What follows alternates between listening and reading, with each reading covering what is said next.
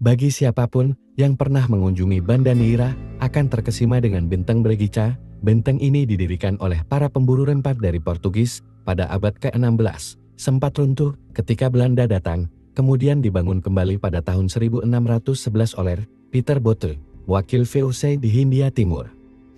Keelokan benteng ini tiada tara, sampai-sampai ragam karya sastra Indonesia meromantisasinya berkat pemandangan sekitar tempatnya berdiri. Bregica hanya segelintir dari sekian banyak benteng yang dimiliki Belanda di Asia. Kebanyakan benteng-benteng yang dikuasai Belanda dan VOC berasal dari perebutan berdarah dengan penguasa Eropa lama, Portugis. Benteng terjauh mereka bahkan berdiri di Nagasaki, Jepang yang didirikan pada tahun 1641. John Wittek dalam makalah The 17th Century European Advance into Asia, a review article di The Journal of Asian Studies, menjelaskan benteng menjadi basis pembuka pengetahuan bangsa Eropa akan dunia Asia yang belum terjelajahi sebelumnya. Fungsi pendirian benteng-benteng di Maluku bertujuan merebut kejayaan dari persaingan negara-negara di Eropa. Dalam sejarah dunia, benteng berguna untuk memobilisasi pengambilan sumber daya alam yang dapat diperdagangkan ke tanah air mereka. Republik Belanda, sebagai negara yang tengah berkecamuk dalam upaya merdeka dari Spanyol, turut berupaya mengejar penjelajahan dan memonopoli rempah-rempah yang begitu berharga. Upaya kompetitif ini bahkan dilakukan sebelum Belanda memasuki gencatan senjata 12 tahun dengan Spanyol, rival mereka. Banyak benteng yang kadang-kadang berukuran kecil dibangun untuk mengantisipasi perang.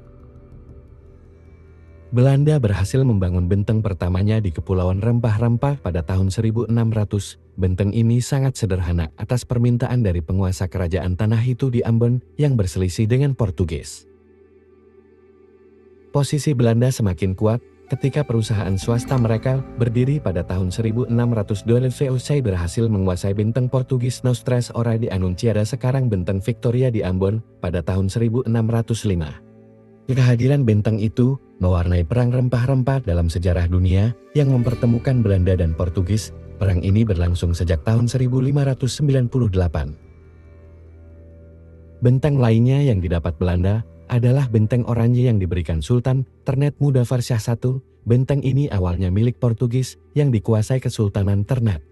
Semasa kekuasaan Portugis, benteng ini banyak diisi oleh orang Melayu sehingga disebut juga benteng Melayu.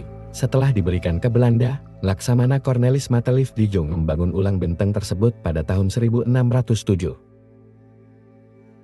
Upaya monopoli ini dilanjutkan ketika VOC menguasai benteng-benteng Portugis lainnya, termasuk benteng Gal di Sri Lanka pada tahun 1649. Penguasaan Sri Lanka membuat VOC punya kontrol atas perdagangan di Malabar dalam sejarah dunia. VOC bisa dibilang sangat menarik dalam sejarah dunia. Mereka adalah perkumpulan perusahaan swasta yang diwakili oleh Dewan 17.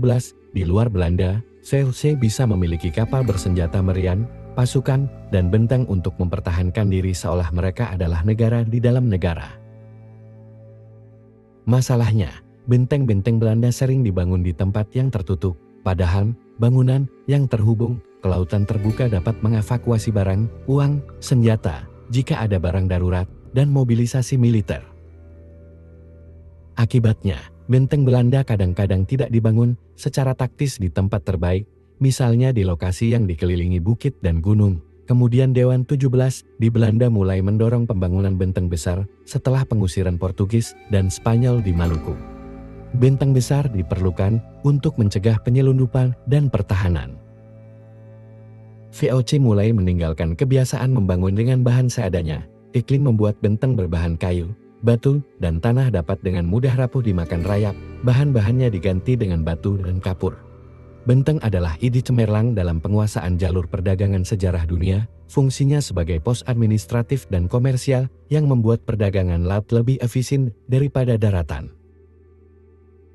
Pada abad pertengahan, berbagai negara-negara di dunia mengandalkan jalur sutra untuk berdagang barang eksotis. Jalur sutra yang melintasi Asia Tengah ini sempat terjamin berkat demonopoli Kekaisaran Mongol, sehingga proses administrasi berjalan lebih lancar dari sebelumnya.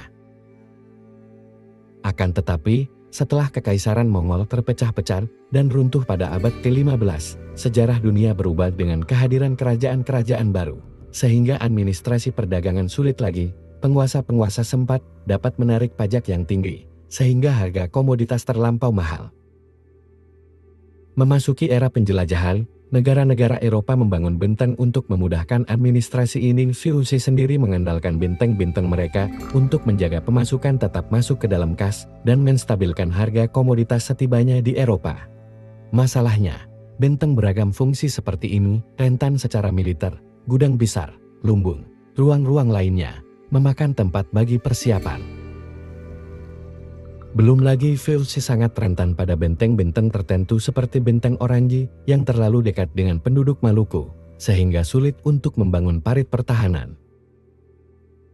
Setelah menguasai kepulauan rempah-rempah di Asia Tenggara, VOC memilih untuk menjadikan Maluku sebagai pos-pos terluar. Pusat VOC kemudian berpindah di Batavia dengan mendirikan berbagai kantor yang memudahkan operasional secara administratif dan militer ke pos lainnya, daripada harus didatangkan dari Belanda atau mengisi masing-masing benteng.